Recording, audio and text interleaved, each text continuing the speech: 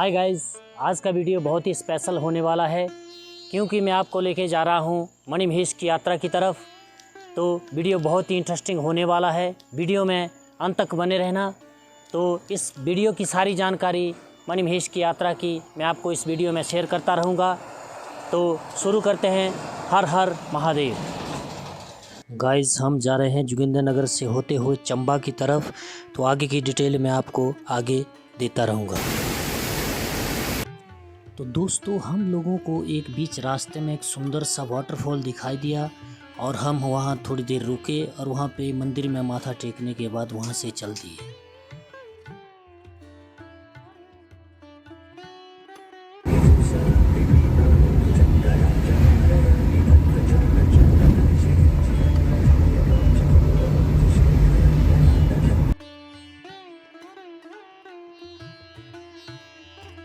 तो दोस्तों, रास्ते में आपको मणिमहेश लंगर की काफ़ी अच्छी सुविधा दिखने को मिलती है और हमने यहाँ लंगर में खाना खाया और अपनी मंजिल की तरफ चल दिए।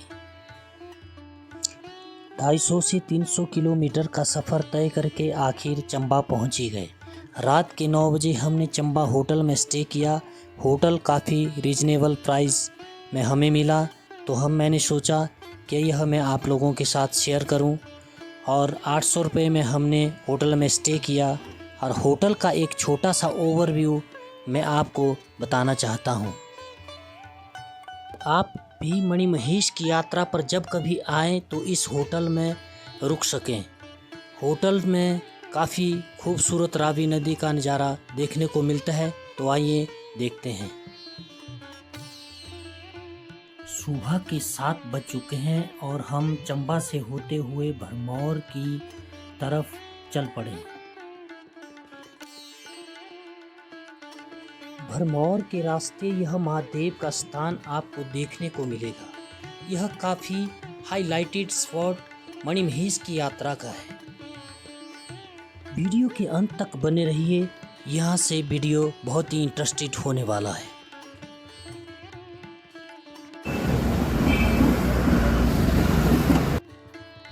दोस्तों, हम पहुंच चुके हैं भरमौर। यहाँ से मैं आपको 84 मंदिर के दर्शन के लिए ले चलता हूँ। उस गेट वाले रास्ते से होते हुए हम ऊपर की ओर आ गए। यहाँ पर हमें पार्किंग फैसिलिटी मिली, जिसका हमने 50 रुपये दे करके मंदिर की ओर बढ़ चले। कहा जाता है कि भरमौर का नाम पहले ब्रह्मापुर था। इस दौरान माता ब्रह्माणी का मंदिर 84 परिसर में ही था।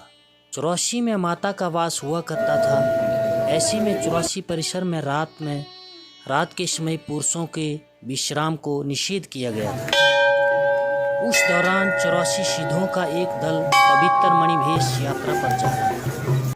यात्रा पर आगे बढ़ने से पूर्व धीरे धीरे अंधेरा होने लगा। ऐसे में 84 सिद्धों ने 84 में समतल स्थल होने की सूरत में रात यहीं पर रुकने का निर्णय लिया। जैसे 84 सिद्धों ने 84 परिसर में रात के समय प्रवेश किया, इससे माता ब्रह्माणी क्रोधित हो उठी। माता ब्रह्माणी उन 84 सिद्धों को श्राप देने लगी।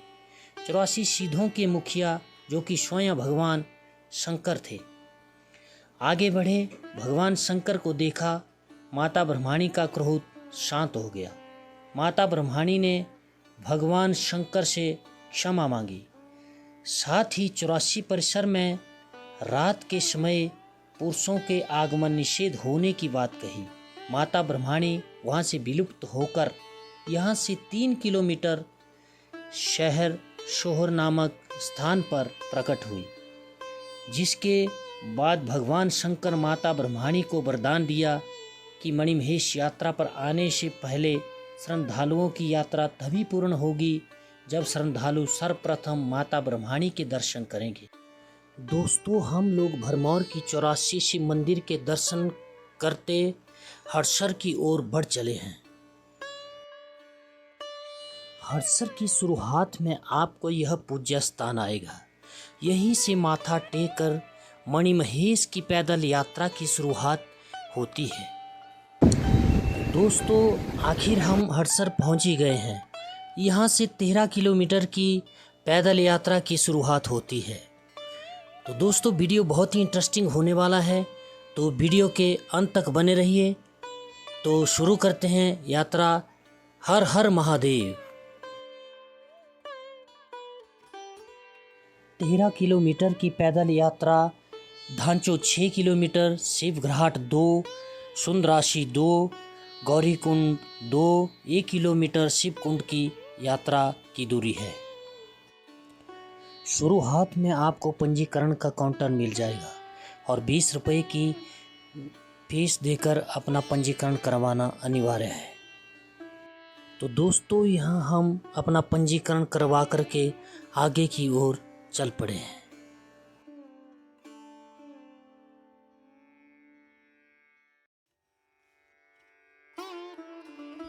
यहाँ हर 400 से 800 मीटर के दायरे में आपको रहने की, खाने की और हर मेडिकल की सुविधा उपलब्ध हो जाएगी। यह सब सुविधा आपको फ्री ऑफ कॉस्ट मिलेगी। ढांचों के पहले पड़ाव पर ये लकड़ी का पुल दिखने को मिला, जो तेज पानी की धाराओं के बीच बना हुआ है। हमने महादेव का नाम लेकर के इसे भी पार कर लिया। तो दोस्तों, आपको ढांचों के रहस्य के बारे में कुछ दिलचस्प बातें बताना चाहता हूँ। मणिमहेश की यात्रा के दौरान श्रद्धालुओं को धांचो नामक स्थान से होते हुए पवित्र मणिमहेश डल झील तक का सफर करना पड़ता है। ढांचों के पीछे भगवान शिव के एक बहुत ही रहस्यमयी प्रचलित कहानी है। कहानी इस तरह की है कि एक बार भस्मासुर नामक राक्षस भगवान भोलेनाथ की कृपा पाने के लिए कड़ी तपस्या की। भोलेनाथ भस्मासुर की तपस्या से प्रसन्न हो गए तथा उन्हें उससे वरदान मांगने को कहा। उसने वरदान मांगा कि वह जिसके सिर के ऊपर हाथ रखे वह भस्म हो जाए। भगवान भोलेनाथ ने भी भस्मासुर को यह वरदान दे दिया, लेकिन इस दौरान भस्मासुर के मन में ही खोट आ गया तथा वह भोलेनाथ को भस्म करने के लिए आगे बढ़ा।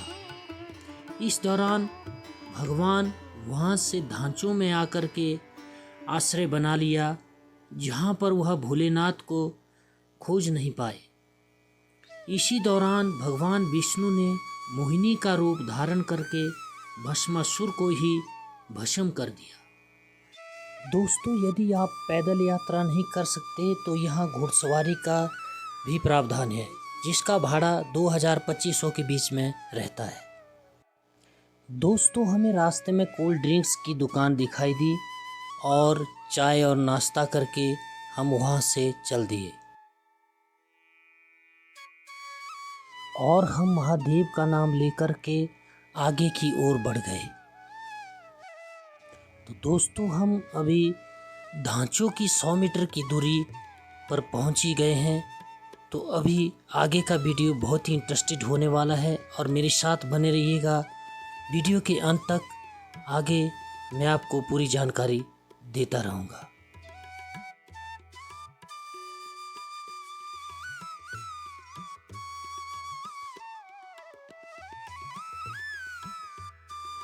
दोस्तों, ढांचों में हमें बहुत ही अच्छी सुविधा खाने पीने की मिल जाती है।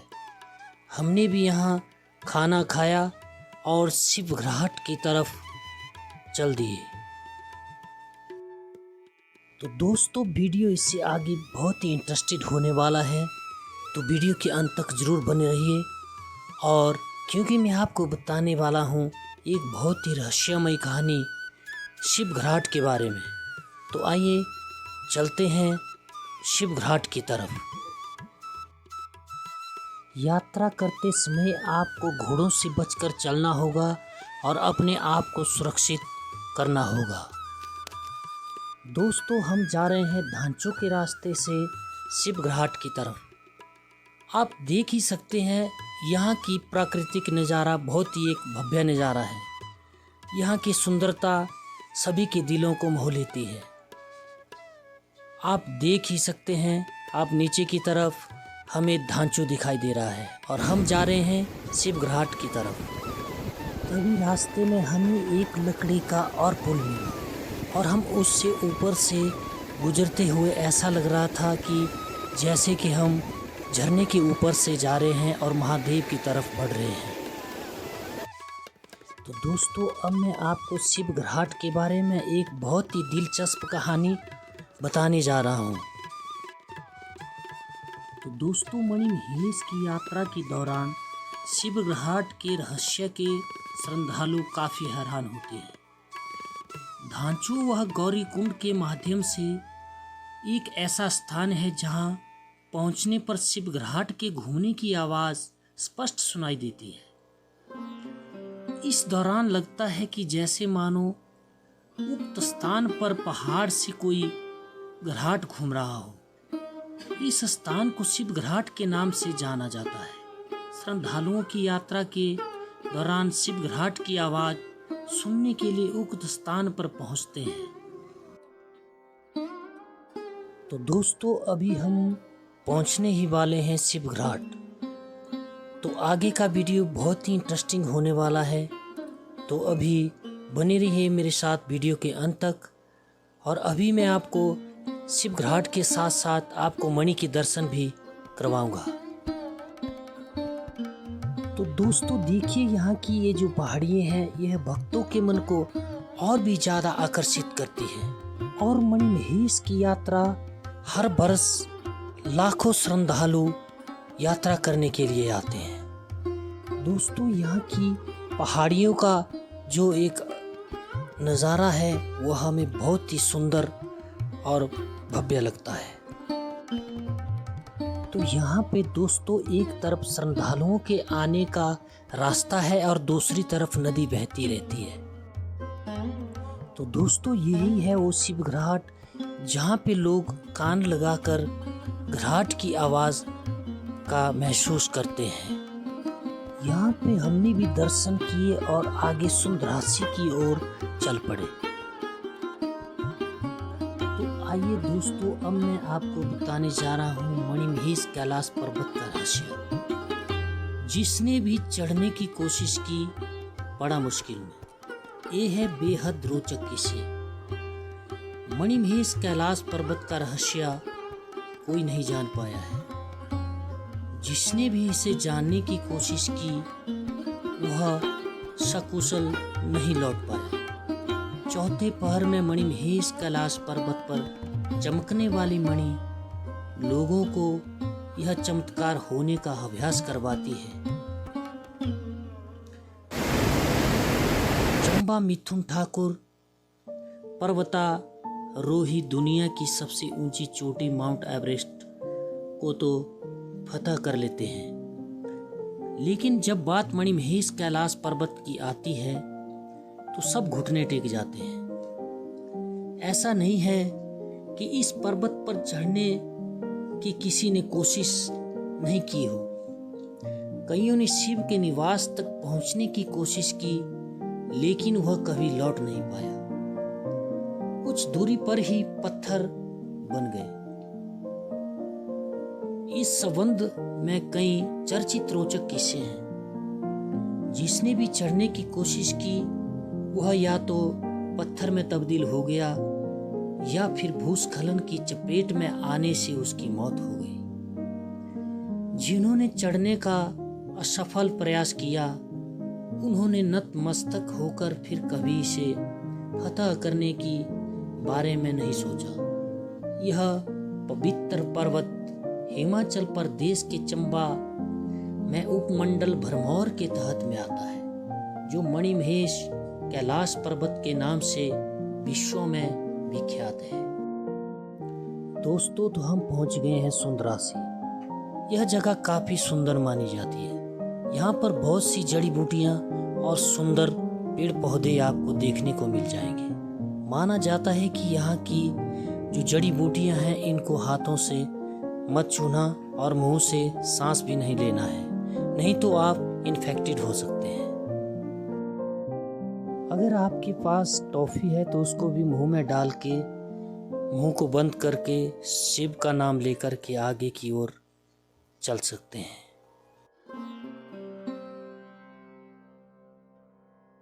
तो आइए दोस्तों, अब मैं आपको यात्रा के दौरान बताने वाला हूँ एक डरिए की कहानी।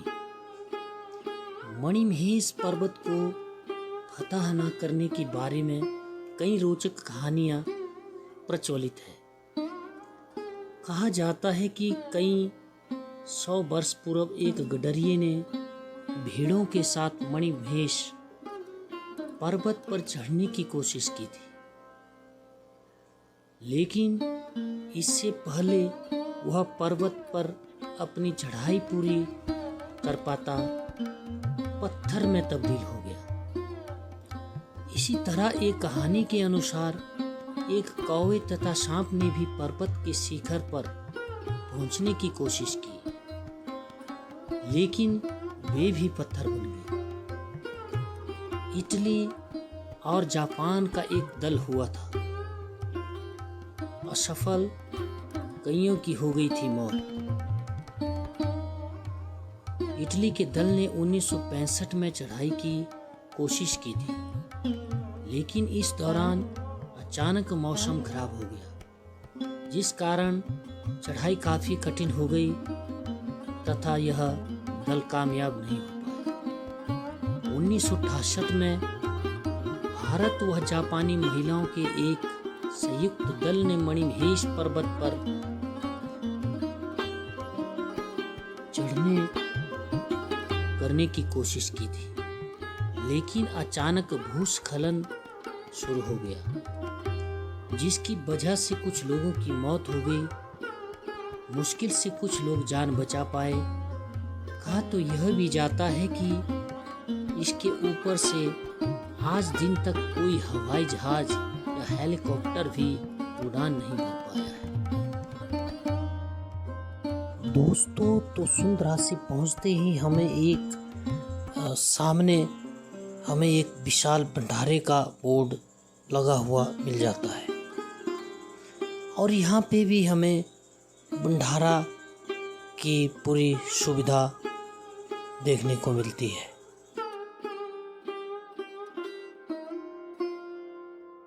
यहाँ की ये जो पर्वत और ऊंचे ऊंचे पहाड़ का भी एक अपना ही एक अद्भुत नज़ारा देखने को मिलता है।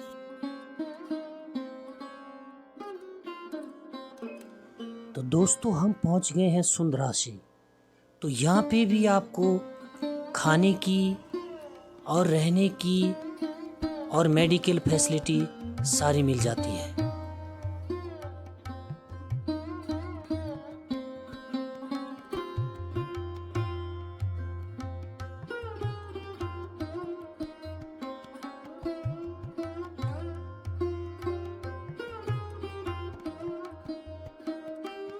तो दोस्तों, हम सुंदरासी से होते हुए हम बढ़ रहे हैं गौरीकुंड की तरफ। तो यहाँ का गौरीकुंड और सुंदरासी के बीच का जो डिस्टेंस है वह यहाँ से तकरीबन 2 किलोमीटर का है।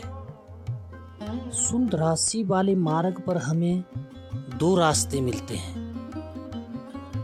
एक बांदल घाटी और दूसरा भैरव घाटी।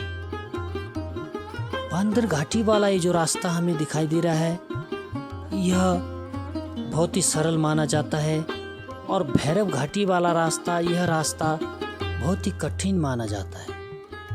तो हमें यहाँ से भैरव घाटी होते हुए ही जाएंगे। तो इससे आगे वीडियो और भी इंटरेस्टेड होने वाला है, तो दोस्तों बने रहिए मेरे साथ वीडियो के अंत तक। और मैं देने वाला हूँ आपको बहुत ही अच्छी बेहतरीन अपडेट्स। तो आइए दोस्तों, क्या कहते हैं मणिमहेश के प्रसिद्ध पंडित ईश्वर दत्त शर्मा जी। भरमौर के प्रसिद्ध पंडित ईश्वर दत्त शर्मा का कहना है कि मणिमहेश कैलाश पर्वत आज दिन तक अजेय है। इस पर्वत पर चढ़ने का तमाम प्रयास असफल हुए। मणिमहेश कैलाश पर्वत भगवान भोलेनाथ का निवास स्थान है। ऐसे में यहाँ पर बिना उनकी अनुमति के किसी भी जीव का पहुंचना नामुमकिन है। भेड़ पालक हर वर्ष यूं तो बड़े बड़े जोत पर्वतों को पार करने जाते हैं, लेकिन मणिमहेश पर्वत आज तक कोई भी नहीं चढ़ पाया है। भगवान भोलेनाथ में श्रद्धालुओं की आस्था यहाँ से रहस्य ही उन्हें खींच कर ले जाते हैं। मणिमहेश में चमकती मणि के दर्शन करने के लिए लोग रात भर जागते रहते हैं। मणिमहेश पर्वत पर रात्रि के चौथे पहर यानी ब्रह्म मुहूर्त में एक मणि चमकती है। इसकी चमक इतनी अधिक होती है, उसकी रोशनी दूर दूर तक दिखाई पड़ती है। रहस्य की बात यह है कि जिस समय मणि चमकती है उससे काफी समय के बाद सूर्य उदय होता है। श्रद्धालु चमकती मणि को देखने के लिए रात भर जागते हैं। यही कारण है कि इस पवित्र पर्वत को मणिमहेश के नाम से जाना जाता है। तो दोस्तों, हम पहुंच गए हैं गौरीकुंड।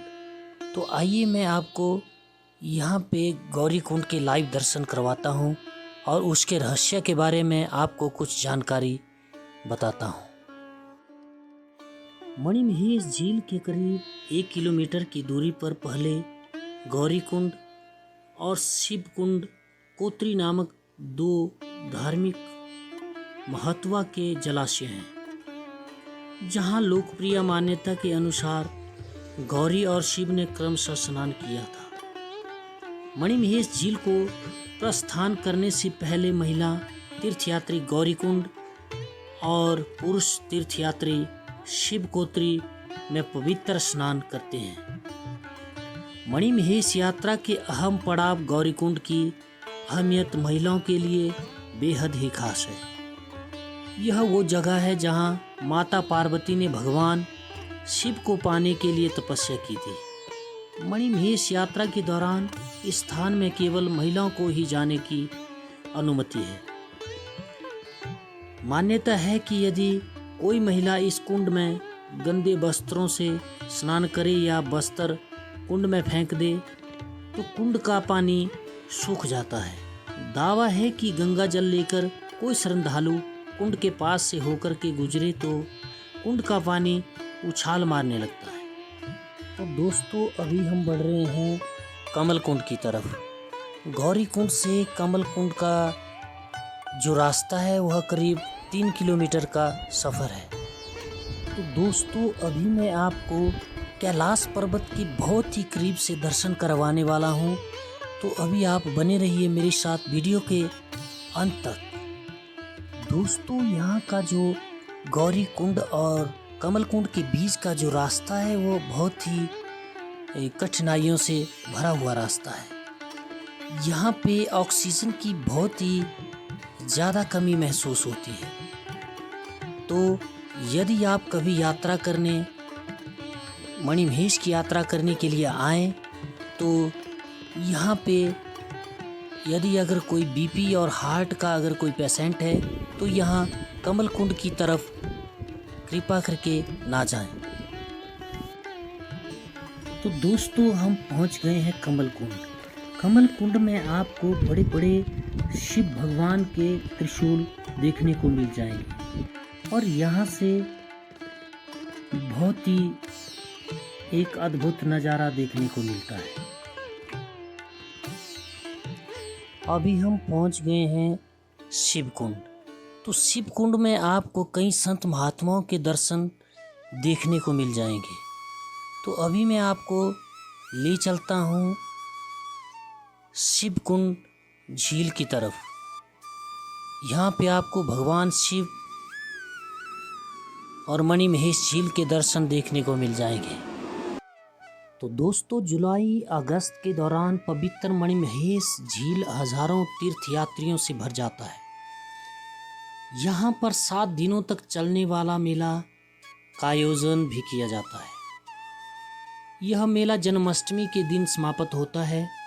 जिस तिथि को यह उत्सव समाप्त होता है उसी दिन भरमौर के प्रधान पुजारी मणिमहेश दल के लिए यात्रा प्रारंभ करते हैं।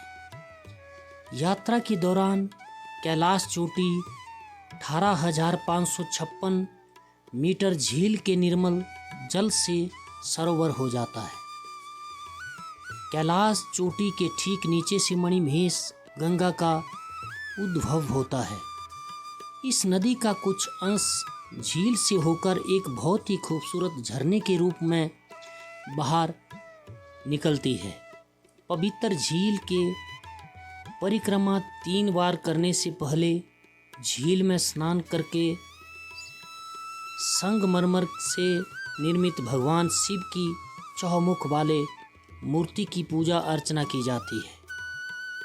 कैलाश पर्वत की चोटी पर चट्टान के आकार में बने शिवलिंग का इस यात्रा में पूजा की जाती है। अगर मौसम आयुक्त रहता है तो तीर्थयात्री भगवान शिव के इस मूर्ति का दर्शन लाभ लेते हैं। स्थानीय लोगों के अनुसार कैलाश उनकी अनेक आपदाओं से रक्षा करता है। यही वजह है कि स्थानीय लोगों में महान कैलाश के लिए काफ़ी श्रद्धा और विश्वास है। यात्रा शुरू होने से पहले गद्दी वाले अपने भेड़ों के साथ पहाड़ों पर चढ़ते हैं और रास्ते से अवरोधकों को यात्रियों के लिए हटाते हैं ताकि यात्रा सुगम और कम कष्टप्रद हो। कैलाश चोटी के नीचे एक बहुत बड़ा हिमाच्छादित मैदान है जिसको भगवान शिव के क्रीड़ा स्थल शिव का चौगान के नाम से भी जाना जाता है। कहा जाता है कि यहीं पर भगवान शिव और देवी पार्वती क्रीड़ा करते थे। वही झील के कुछ पहले जल का 2 स्रोत है। इसको शिव कोत्री और गौरी कुंड के नाम से भी जाना जाता है। तो दोस्तों, ये जो आप सामने देख रहे हैं यही कैलाश पर्वत का एक सुंदर नज़ारा है। यहीं पे भगवान भोले शंकर जी वास करते हैं।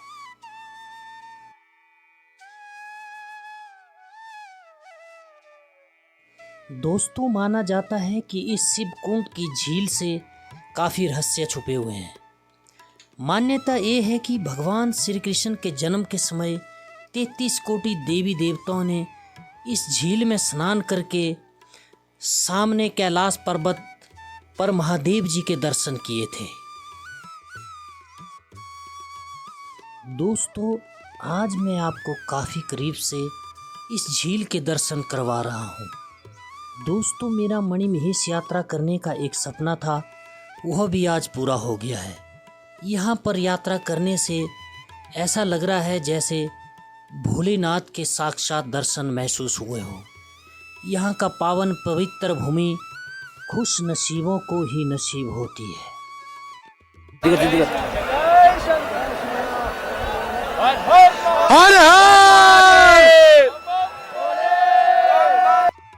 दोस्तों, मैं इतनी बर्फबारी में भी आपको कैलाश मणिमहेश के दर्शन करवा रहा हूँ। तो दोस्तों, जो भी भक्त मेरी इस वीडियो को सब्सक्राइब करके लाइक करके कमेंट में हर हर महादेव लिखेगा तो भगवान भोले शंकर उसकी मनोकामना को अवश्य पूर्ण करेंगे। धन्यवाद। हर हर महादेव, हर हर महादेव, हर हर महादेव, हर हर महादेव, हर हर महादेव।